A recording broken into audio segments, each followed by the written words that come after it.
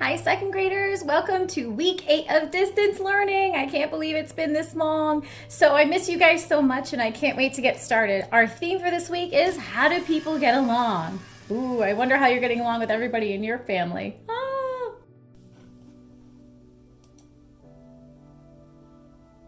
Cooperation works.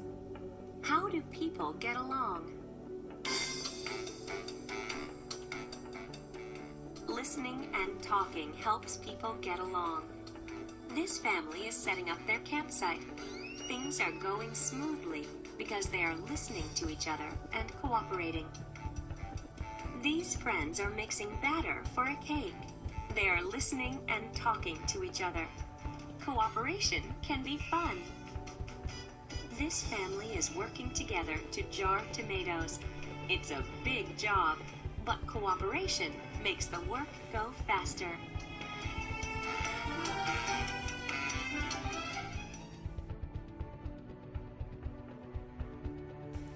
Here are our words to know this week. Let's start with the word amused. Amused. The kids told jokes and amused each other. Amused. If something amused you, it made you smile or laugh. So when you're amused, you're having a good time and you might smile or laugh. Next is cooperate. Cooperate. Runners must cooperate to win a relay race. When you cooperate, that means you are working with someone to get something done. You're not doing it alone or independently.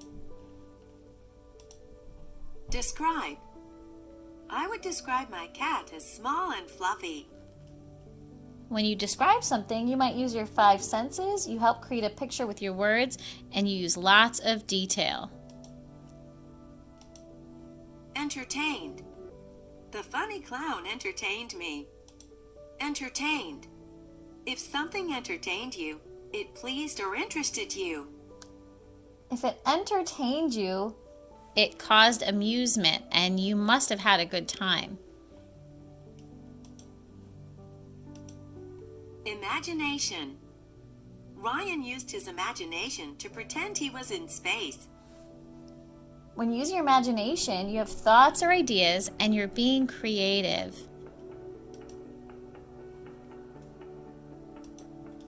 Interact. Mia likes to chat and interact with her friends at lunch. Interact. If you interact with someone, you talk and work with them. It also means that you're both asking and answering questions. You might do this when you are cooperating with someone in a group. Patient. Patient. The boy was patient and waited for his friend. So this patient looks like pat-I-ent when you look at the spelling of it. So that T-I sounds like an S-H, patient.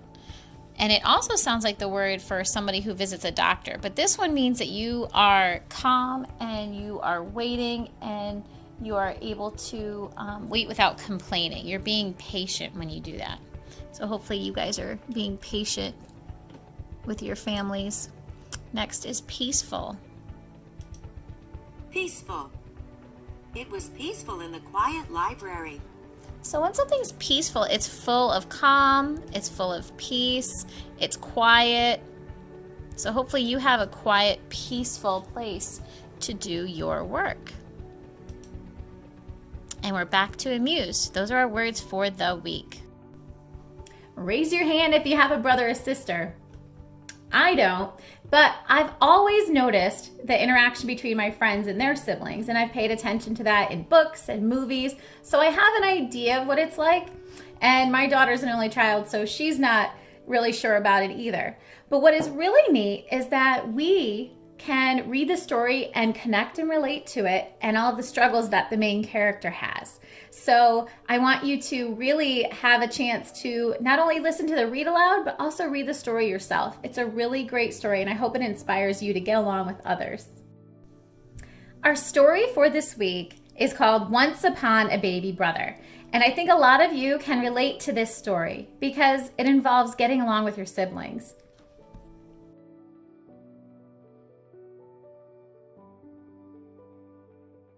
We have a new sound this week, and it's oi.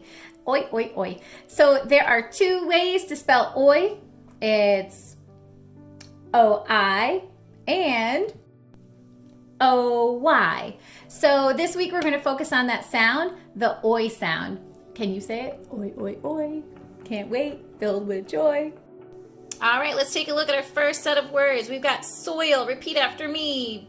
Boil. Moist and point. I think the most difficult word there is moist. That means it's a little wet. Soil is a fancy word for dirt or earth. Let's look at our second list. We've got toil, oil, toy, and joy. I think the hardest word in this part is the word toil. When you toil, that means you work really, really hard at something.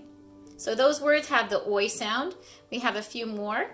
We have coin, noise, crown, and mound. Crown and mound are review words from last week's sound, the ow sound. And last but not least, we have the contraction I'll, which is the words I plus will. We have laugh and maybe.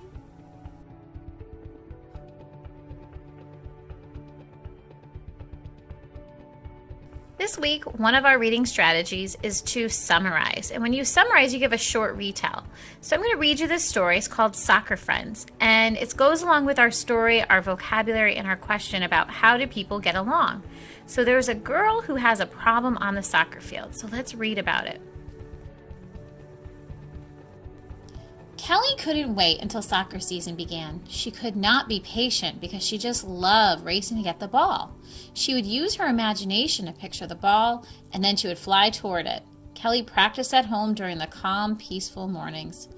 At the first team practice, Kelly greeted her friends. She liked to chat and interact with them. Then she saw a new girl. That's Selena. She's a really fast runner, reported Kelly's friend Tara. At first, Kelly held her tongue and said nothing. She was worried. She had always been the fastest runner on the team. Then she said, I can beat her. When the practice started, Coach Troy had everyone line up for the races.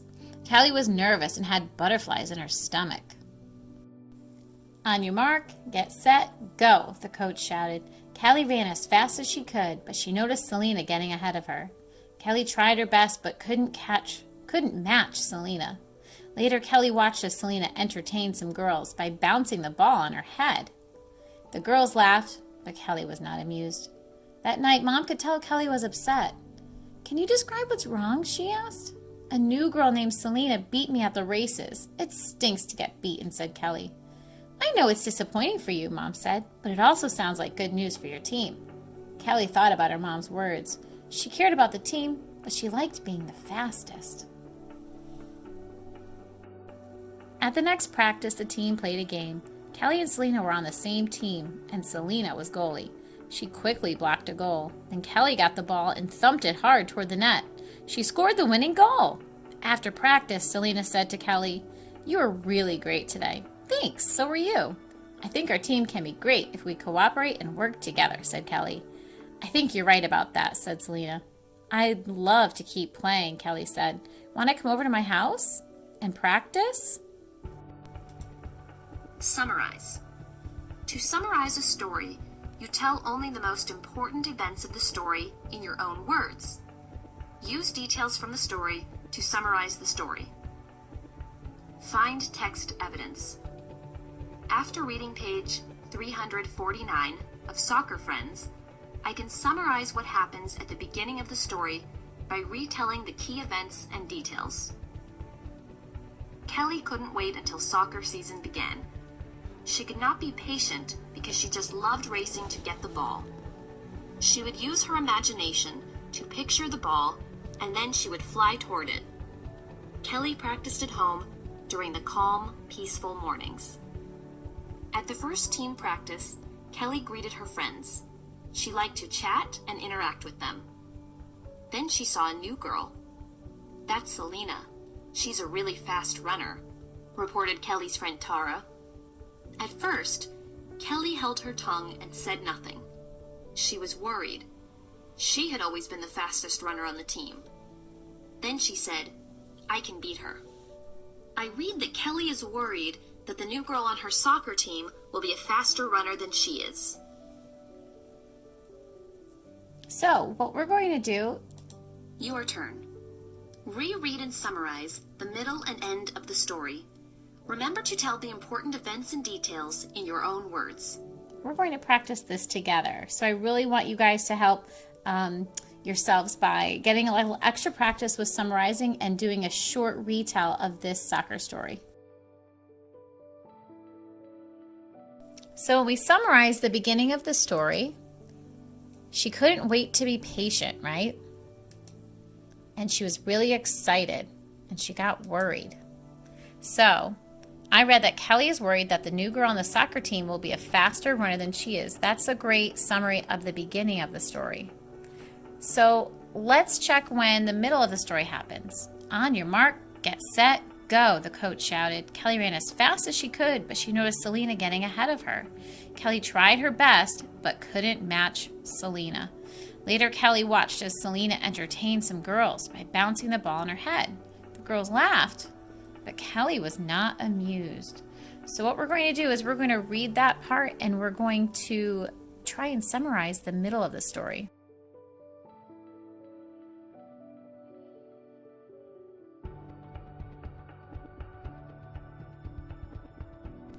I took pictures of the clues from the story that I highlighted, and with those 3 ideas, I turned this into my middle part of my summary. I wrote, Kelly has a hard time accepting Selena onto her team. Selena is faster and making friends with the team. So I think this middle part is kind of showing a lot of feeling about Kelly and how she feels towards Selena, the new soccer player. Let's see how the ending goes.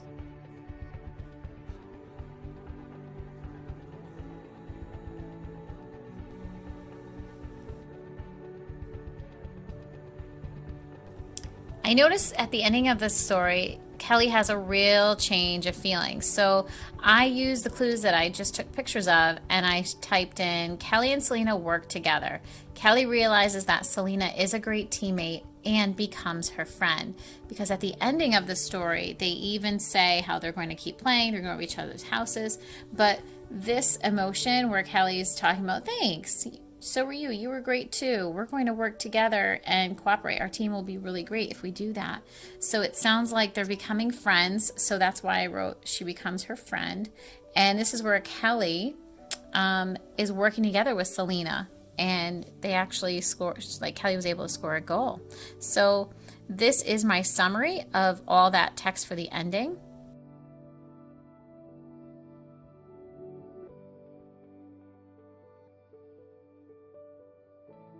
I just want to say a little reminder. I've been getting some great work samples from you guys, and I just want to point something out. So second grade sentences always have a capital letter, and second grade sentences always need punctuation. Mom and Dad shouldn't have to remind you of that. Also, we know that there's 5 words minimum for a sentence. That means that's the least amount you should have. When you're writing a sentence, I want you to ask those question words, like tell me when, where, how, why, and what.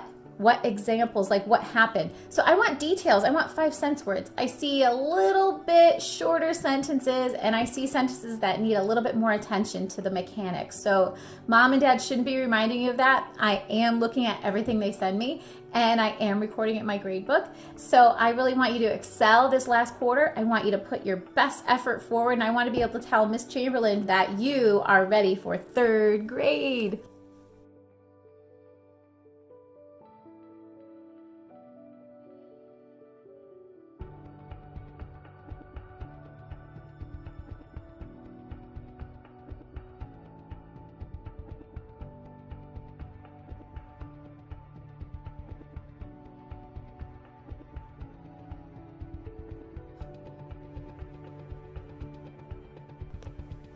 Second graders, when you start your weekend news, I want you to remember that it's not meant to be written completely in one day. So I want to go over the brainstorming process so that you guys have great writing and I can really visualize what you've been doing. Remember, when you start your weekend news, you need an introduction sentence. So let's go over the formula to make that first sentence that helps readers understand what you're going to be writing about. Remember, that very first sentence is called your introduction. We've gone over this quite a bit. You need to tell who you were with and the feelings you had. And the most important thing for your introduction is to do not give away any of those specific details that you're going to be writing about later. You want it to be a general overall sentence that tells who you're with and how you felt. Let's look at my example. Here's my introduction. I included a sound that goes along with my ideas as well. Trickle, trickle. This week was cold, fun, and productive with my favorite crew. So I told a little bit about how I felt and overall who I was with. That's what I want you to do in your introduction. You can use a Post-it note or a piece of paper to write down your 3 big events for your week or weekend. 3 things that I'll be writing about for my weekend news are hiking, food, and Zoom. Right now you don't really know what those mean, and I'm going to try to brainstorm even further to help my sentences take shape. So before I write, I want to get an idea about what I'm going to be talking about. So for my hike, I talked about where I went, how I saw painted rocks, and some streams. That's going to help me make my sentences and make them in my brain before I put them on paper. Now to talk about my first bullet point, going for a hike. When the crazy wild wind settled down, my family and I decided to go for a hike. Now I need to include my other ideas that I listed right here. And I'm going to write my sentences about those. Remember, a weekend news is not meant to be done in one day. You can spread it out for the whole week. I want to read you a little bit more of what I've written. So I started off my idea about going for a hike right there. When the crazy wild wind settled down, my family and I decided to go for a hike. We journeyed to our local trail, Zemko Pond. Along the dirt path, Christina spied 2 hand-painted rocks that a hiker had hidden. We did not move them so the next family that traveled through could find joy too. Steve suggested we stop and enjoy the view. Large moss-covered rocks decorated a fast, fresh stream that cut through the woods. The sound was as peaceful as a nap. I want you to notice the vivid verbs I use, like traveled and journeyed, and I also added a simile. It was as peaceful as a nap. I'd really like you guys to try and challenge yourselves a little bit and try and add a simile and try to change out some of those really boring words like go, went, and I'd like you guys to try and change up those words so that your writing is a little bit more interesting too. Hi, second graders. While I have your attention today, I really want to go over some strategies for telling time to the exact minute. And I want to go over the minute and hour hands and some strategies that you can use so that you can tell time accurately and quickly. I hope it helps. I found this really great website, roomrecess.com, which has an interactive clock that we can use today to practice our skills. So I'm looking at this clock and I see it's exactly 6 o'clock. Remember, this red hand is a shorter hand, that's the hour. When we tell time, we want to first start with what hour is it, and then I know that when my clock's minute hand is at the 12, that means it's 0 minutes. So it's exactly, whoops, it's almost, there we go. It's 6 o'clock. So what we're going to practice today is how to count when all the minute hand is not on the 12 or the 3 or the 9 or the 6, and we have to count the exact minute. So let's do that.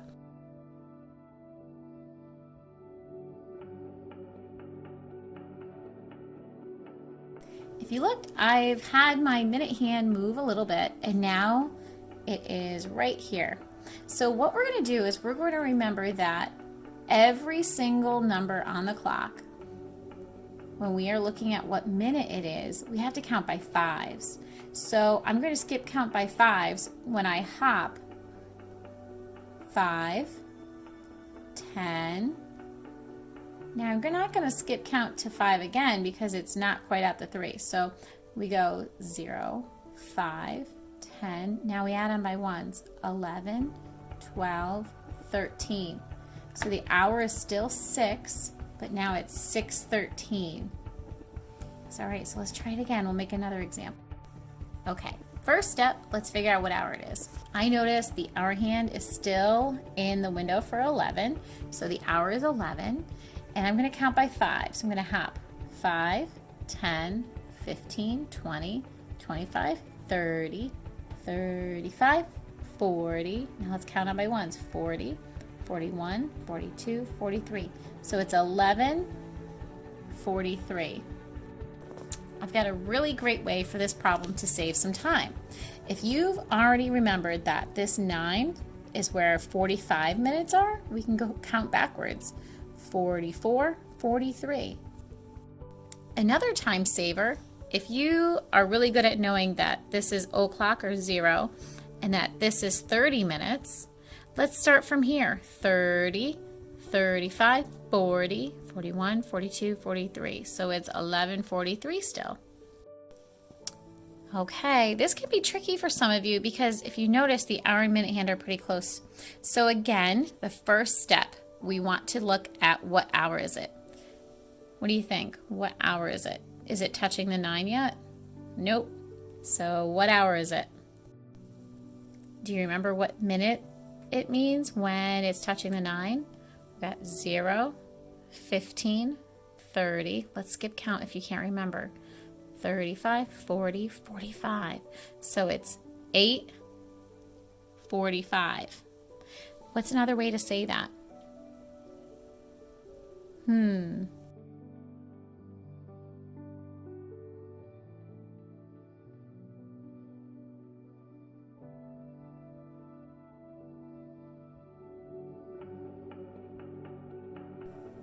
Okay, boys and girls, so the big trick is first, you want to know what hour it is. Look at the shorthand. Then you're going to skip count by 5s until you can get as far as you can, and then add on by 1s.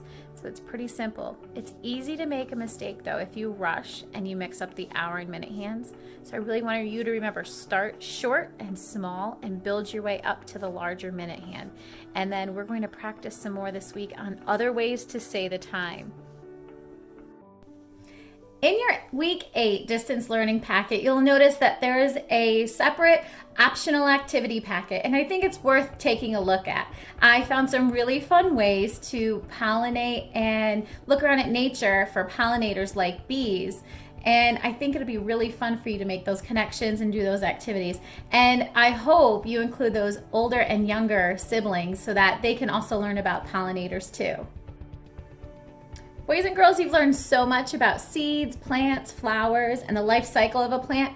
And today we're going to start thinking about how those plants really continue the life cycle. We need those pollinators.